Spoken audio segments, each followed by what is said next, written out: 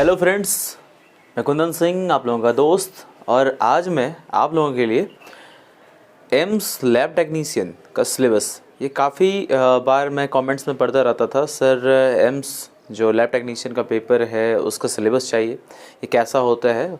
तो देखिए, ये बड़ा मुश्किल था इसके सिलेबस को अच्छे तरीके से ऑब्ज़र्व करके तैयार करके आप लोगों के सामने रखना काफ़ी चैलेंजेबल था।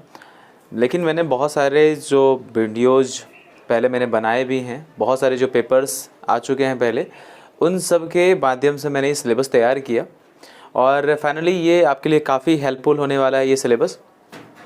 तो यदि आप तैयारी कर रहे हैं एम्स लैब टेक्नीशियन के लिए, तो वहाँ पे जो है ये आपके जो सिलेबस हैं ये काफ़ी हेल्पफुल होंगे। तो अच्छे तरीके से सिलेबस वाइज आपको पढ़ के जाने हैं तो सफलता बिल्कुल निश्चित ही रहेगी। तो यदि हम बात कर लेते हैं यहाँ पे सिलेबस में, तो सिलेबस में सबसे पहले तो पैटर्न समझना ज़रूरी है कि जो एग्जामिनेशन का पैटर्न होता है वो कैसा है। तो सबसे पहले जो एग्ज़ाम होता है, तो एग्ज़ाम में सब्जेक्ट जो रिलेटेड जो टॉपिक पूछे जाते हैं तो वो सबसे ज़्यादा पूछा जाता है, यानी 80% जो होगा वो आपके एग्ज़ाम जो होंगे वो आपके सिलेबस यानी जो आपके सब्जेक्ट हैं उससे कंसर्न्ड होंगे। ठीक है, यदि आप लैब टेक्नीशियन के हैं तो लैब टेक्नीशियन से मैक्सिमम जो 80% क्वेश्चन होंगे वो आपके लैब टेक्नीशियन से होंगे। ठीक है, अब यदि हम बात कर लेते हैं जनरल स्टडीज़ में यहाँ पे कुछ कंप्यूटर के भी क्वेश्चन आ सकते हैं, कुछ साइंस के भी क्वेश्चन आ सकते हैं, लेकिन ये जनरल क्वेश्चन होंगे, बड़ा बेसिक सारे क्वेश्चन होंगे। ठीक है, लेकिन आज जो हम सिलेबस कवर करेंगे वो हमारे अपने जो टेक्नीशियन वाले जो सिलेबस हैं, ट्रेड वाले जो सिलेबस हैं, उस ट्रेड वाले को देख लेंगे। तो ट्रेड वाले में जो मैंने बताया कि 80% जो क्वेश्चन होंगे वो आपके ट्रेड से रिलेटेड होंगे। ठीक है, अब यदि हम निगेटिव मार्किंग के बारे में बात करें तो निगेटिव मार्किंग भी निश्चित तौर पे है यहाँ पे। ठीक है, निगेटिव मार्किंग भी होगी। ये ज़रूरी नहीं कि हमेशा एक तरह से निगेटिव मार्किंग हो। ठीक है, लेकिन निगेटिव मार्किंग है। कई बार पहले क्या होता था, एक क्वेश्चन के लिए एक मार्क्स रिड्यूस कर दिए जाते थे।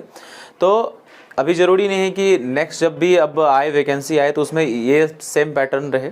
ठीक है, तो इसमें बदलाव हो सकता है, लेकिन निगेटिव मार्किंग अप्लीकेबल है। ठीक है, अब यदि हम बात कर लें टोटल मार्क्स के लिए, तो टोटल मार्क्स 200 और टोटल क्वेश्चन भी 200 होते हैं। ठीक है, ये आपको याद रखने हैं। ठीक है, अब यदि हम चलिए अब सिलेबस देख लेते हैं फटाफट कि सिलेबस में जो मैंने आप लोगों के लिए निकाला है, सिलेबस में किस किस टॉपिक से बहुत सारे क्वेश्चन, जिससे मैक्सिमम क्वेश्चन जो है उन सारे टॉपिक से कवर अप किए जाते हैं, पूछे जाते हैं। तो वो कौन कौन से टॉपिक महत्वपूर्ण टॉपिक हैं जिनको बिना देखे तो आपको वहाँ एग्ज़ाम में जाना ही नहीं है, यानी उसको आपको अच्छे तरीके से ध्यान में रख के उसको पढ़ के अच्छे तरीके से जाना है वहाँ पे, ताकि आपको जो है वहाँ पे कभी नर्वसनेस फील ना हो कि वो सारे टॉपिक्स यदि रिलेटेड क्वेश्चन वहाँ पे आ जाते हैं तो आप बाद में पछताओ। उससे बेहतर है कि आप अभी से प्रिपेयर्ड हो जाओ। ठीक है, तो इन सारे टॉपिक के बारे में हम बात कर लेते हैं, कौन कौन से टॉपिक्स जिससे कि क्वेश्चन वहाँ पे राइज होते हैं।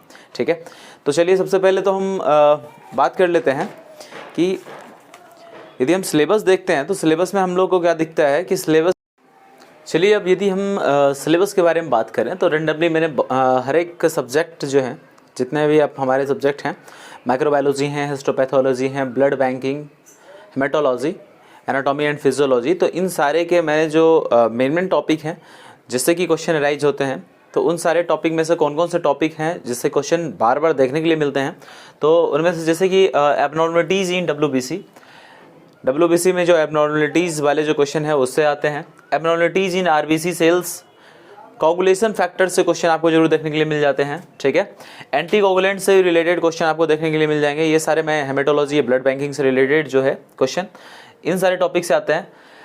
माइक्रोस्कोपिक एग्जामिनेशन यूरिन का, इससे भी क्वेश्चन आता है। ठीक है, अब यदि हम लोग हिस्ट्रो में आ जाते हैं तो हिस्ट्रो में बहुत इंपॉर्टेंट फिक्सेटिव सब क्वेश्चन जो है आपको जरूर देखने के लिए मिल जाएंगे। ठीक है, फिक्सेटिव्स, टिश्यू प्रोसेसिंग, इससे क्वेश्चन जरूर देखने के लिए मिल जाएंगे आपको। ठीक है, इलेक्ट्रॉन माइक्रोस्कोपी, इसको अच्छे तरीके से करके जाना है, इससे भी कई बार क्वेश्चन नजर आए हैं। ठीक है, अब यदि हम माइक्रो के बारे में बात कर लें, माइक्रोबायोलॉजी के बारे में बात कर लें, तो वहाँ पे माइक्रोस्कोप्स के बारे में तो आपको अच्छे तरीके से स्टडी करना ही करना है।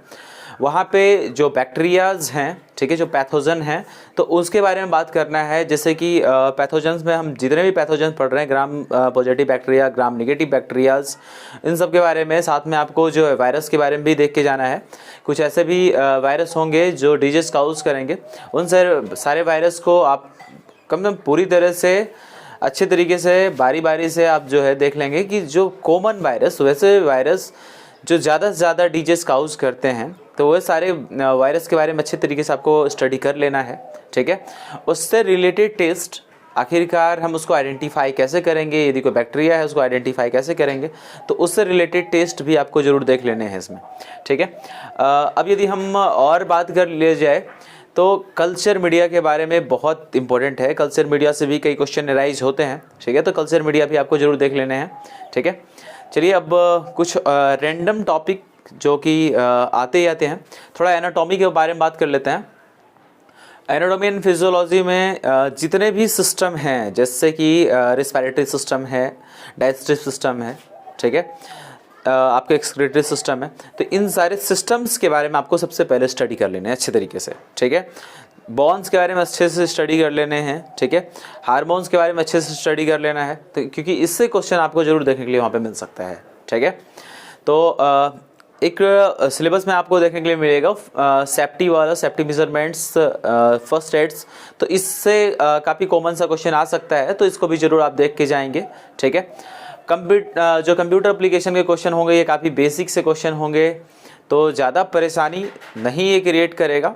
तो जो बेसिक हमने पढ़ा है उसे आप एक बार ज़रूर देख लेंगे। एमएलटी जब आप फर्स्ट ईयर में होते हो तो वहाँ पे आपको जो है फर्स्ट सेमेस्टर में आपको कंप्यूटर एप्लीकेशन पढ़ाया जाता है, तो वो जो बेसिक्स जो पढ़ाए जाते हैं आपको, ये बहुत फ़ायदेमंद होगा, आपके लिए मददगार साबित होगा जब आप एम्स लैब टेक्नीशियन की एग्जामिनेशन की प्रिपरेशन कर रहे होंगे, ठीक है।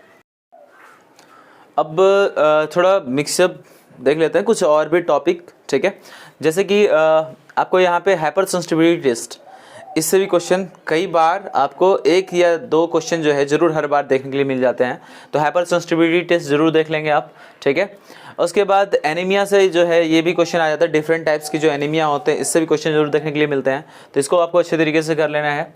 उसके बाद स्टेनिंग काफ़ी इंपॉर्टेंट टॉपिक हो जाता है, तो स्टेनिंग से भी कुछ क्वेश्चन देखने के लिए मिलते हैं।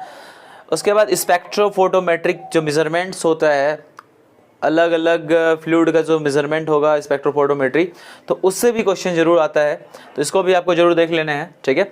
तो ये सारे कुछ वैसे टॉपिक हैं, जब आप प्रिपरेशन कर रहे हो एम्स लैब टेक्नीशियन की, तो आपको ये सारे टॉपिक को ज़रूर देख के जाना है, ठीक है। आई होप कि ये वीडियो आपके लिए काफ़ी मददगार साबित होगा, तो आप अभी से प्रिपरेशन में लग जाएं, और जो आने वाली वैकेंसीज़ है उसमें आपको ये जो वीडियोज़ हैं ये आपको काफ़ी फ़ायदा पहुंचाएगी। तो चलिए आज के लिए बस इतना ही रहने देते हैं। बाय बाय, टेक केयर, मिलेंगे नेक्स्ट वीडियो में।